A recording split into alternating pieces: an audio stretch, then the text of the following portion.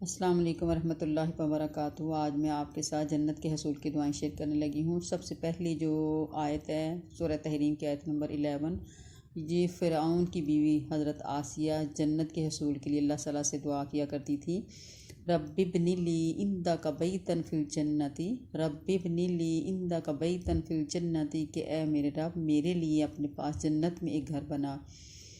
تو اللہ سے جنت کا مانگنے کا سوال اس طرح کیا کریں، اللہم انی اسألک الجنت واعوذ بک من النار، اللہم انی اسألک الجنت واعوذ بک من النار، کہ اللہ میں تجھ سے جنت کا سوال کرتی ہوں یا کرتا ہوں اور جہنم سے پناہ مانگتا ہوں۔ تو نبی کریم صلی اللہ علیہ وسلم نے فرمایا کہ جو مسلمان شخص 3 مرتبہ جنت کا سوال کرے تو جنت خود کہتی ہے کہ اللہ اس کو اس میں داخل کر۔ یہ مسند احمد کی حدیث نمبر 12439 ہے۔ تو کوشش کریں کہ صبح و شام لازمی یہ 3 دفعہ پڑھا کریں۔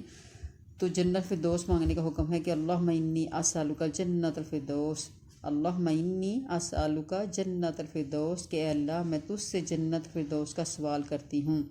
نبی کریم صلی اللہ علیہ وسلم نے فرمایا جنت میں 100 درجے ہیں اور ہر 2 درجوں کے درمیان کا فاصلہ ایسے ہے جیسے زمین اور آسمان کے درمیان کا فاصلہ، اور فردوس اس کا اعلیٰ ترین درجہ ہے۔ اس سے 4 نہریں نکلتی ہیں اور اس کے اوپر عرش ہے۔ جب تم بھی اللہ سے سوال کیا کرو تو جنت فردوس کا کیا کرو، کیونکہ وہ جنت کا اعلیٰ اور افضل حصہ ہے۔ تو کوشش کریں 3 مرتبہ صبح اور 3 مرتبہ شام کو یہ ضرور جنت کے حصول کے دعائیں پڑھیں، اور اس سے صدقہ جاریہ کی نیت سے ضرور شیئر کیا کریں۔ السلام علیکم ورحمۃ اللہ وبرکاتہ۔